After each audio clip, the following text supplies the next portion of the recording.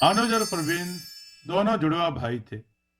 दोनों भाई एक दूसरे से बहुत प्यार करते थे।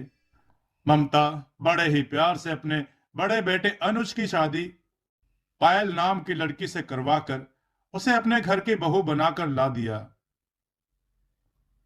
लेकिन शायद किस्मत को कुछ और ही मंजूर था, जिसके कारण शादी के अगले दिन किसी के कहने से पहले अनुज चेक लेटर छोड़कर हमेशा के लिए अपनी पत्नी और घर परिवार को छोड़कर वहां से चला जाता है। समय बीतता है, लेकिन अनुज लौट कर नहीं आता। आसपास के सभी लोग उसकी बहुओं को बहुत ताने मारते थे। यह सब ममता को बिल्कुल भी अच्छा नहीं लगता है और अपने कमरे में बैठी ममता इन सभी बातों के बारे में सोच रही होती है। तभी उसका छोटा बेटा प्रवीण वहां आता है और अपनी मां को देखकर कहता है, क्या बात है मां, आप बहुत परेशान लगती हैं। क्या हुआ? भैया के बारे में सोच रहे हो? मैं अनुज के बारे में सोच रही थी।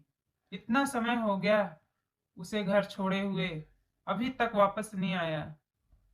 तब एक लेटर छोड़कर गया था कि वो शादी नहीं करना चाहता, इसलिए वो ये घर छोड़कर जा रहा है। मां की वो सोच के बारे में जिसने ये घर छोड़ने से पहले एक बार भी हमारे बारे में नहीं सोचा। जाने दीजिए उनको, वो जहां भी गए। अब मत सोचिए ना उनके बारे में। मैं तो हमेशा आपके साथ हूं ना मां। क्या करूं बेटा, उसने एक अच्छी खासी लड़की की जिंदगी खराब कर दी। जब भी मैं बाहर बहू को देखती हूँ तब मुझे अपने ऊपर बहुत गुस्सा आता है। मैं अपने नालायक बेटे की शादी उससे ना करवाई होती और ना ही उसकी जिंदगी खराब होती। मां, आपने जो भी किया ना, उनके अच्छे के लिए किया था। अब भैया शादी के बाद हमेशा के लिए घर छोड़कर चले जाएंगे, ये तो कोई नहीं जानता था ना। जानकर तो किसी की जिंदगी नहीं खराब की ना आपने।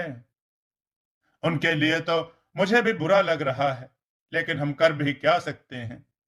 बात तो सही कह रहे हो बेटा। अब तो अनुज की लौटने की आस भी टूट रही है मेरी। लेकिन ये बात मैं अपनी बहू को कैसे बोलूं कि बहू, अब तो अपने पति की वापसी की आस छोड़ दे। उसी के सहारे वो अपने दिन काट रही है। माँ, अगर आपको मेरी बात ठीक लगी ना, तो अब आप पायल भाभी को अपने घर भेज दीजिए।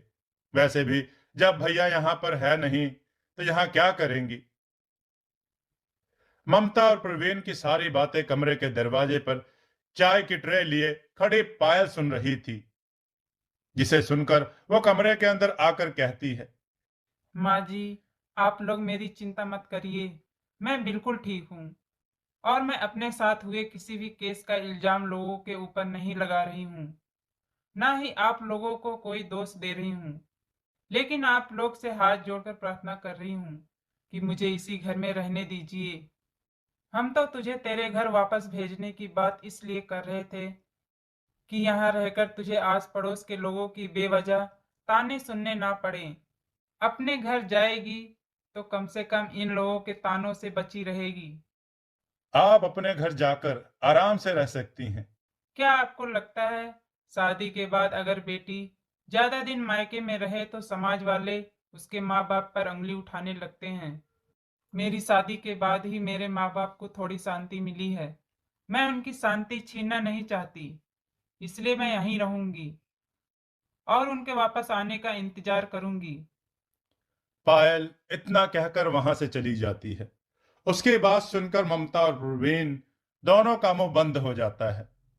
ऐसे ही समय बीतता है। समय के साथ लोगों के तानों से परेशान होकर ममता अपनी बहू पायल की शादी अपने जुड़वा छोटे बेटे प्रवीण के साथ करवाने का फैसला करती है। अपने सभी रिश्तेदारों और आस पड़ोस वालों के सामने ममता प्रवीण और पायल की शादी पूरे रीति रिवाज के साथ संपन्न करवाती है। तभी उसका बड़ा बेटा अनुज वहां आ जाता है और अपनी पत्नी को अपने छोटे भाई के साथ शादी के जोड़े में देखकर उनसे कहता है, मां, आपने क्या किया? आपने मेरी पत्नी की शादी मेरे ही जुड़वा भाई से करवा दी। आपने ये ठीक नहीं किया मां। इसका पति मैं हूं। तू है और मैं नहीं जानती। मेरा बेटा तो उसी दिन मर गया था जब वो अपनी नई नवेली दुल्हन को छोड़कर घर परिवार को छोड़कर चला गया था। तुझे आज याद आ रहा है कि ये तेरी पत्नी है? उस दिन तू कहाँ था जब लोग तरह तरह के ताने मार रहे थे? माँ, मुझसे बहुत बड़ी गलती हो गई। मुझे माफ कर दीजिए। मैं बहक गया था, लेकिन अब मुझे अपनी गलती का एहसास हो चुका है। पायल, तुम मुझे माफ कर दो।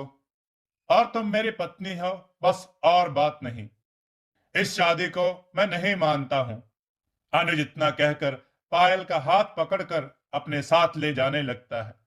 तभी प्रवीण अनुज को रोककर उसे पायल का हाथ छुड़वाते हुए कहता है, भाई, अब आप इस घर में रहिए या ना रहिए, लेकिन मेरी पायल से दूर रहिए, क्योंकि पायल अब आपकी पत्नी नहीं, मेरी बीवी है। आपको आपकी गलती का एहसास होने में बहुत देर हो गई है। भाई, तुझे जो कहना है सो कह ले, लेकिन तू उस बात को झुठला नहीं सकता। इसका पहला पति मैं हूं। इस नाते इस पर पहला हक मेरा बनता है। परवीन और अनुज पायल को लेकर आपस में बहस करने लगते हैं। उनको इस तरह आपस में बहस करता हुआ देखकर सभी पड़ोसी उन पर जोर जोर से हंसने लगते हैं और उनका मजाक बनाने लगते हैं। तभी उन सभी लोगों में से उनकी पड़ोसन नंदिनी हंसते हुए ममता से कहती है, वैसे नींद में हमें सीरियल देखने की जरूरत नहीं है। तेरे घर के ड्रामों से ही हमारा मनोरंजन हो जाता है। बस यही बाकी रह गया था देखने के लिए। पहले तेरे जुड़वे बच्चे थे और अब तेरी बहू के जुड़वे पति हो गए। तुझे तो खुश होना चाहिए। नंदनी, तुझे शर्म नहीं आती ऐसे किसी के घर का मजाक उड़ाते हुए? कम से कम यही शर्म कर ले। तू पड़ोसी होने के साथ साथ मेरी सहेली भी है। मैंने कुछ गलत तो नहीं बोला? जो देख रही हूँ वही बोल रही हूँ। मुझे तो तेरी बहू का सोचकर बहुत ही अफसोस हो रहा है। अब वो किसको अपना पति मानेगी और किसको नहीं। नंदिनी की बात सुनकर वहां खड़े सभी लोग फिर से जोर जोर से हंसने लगे।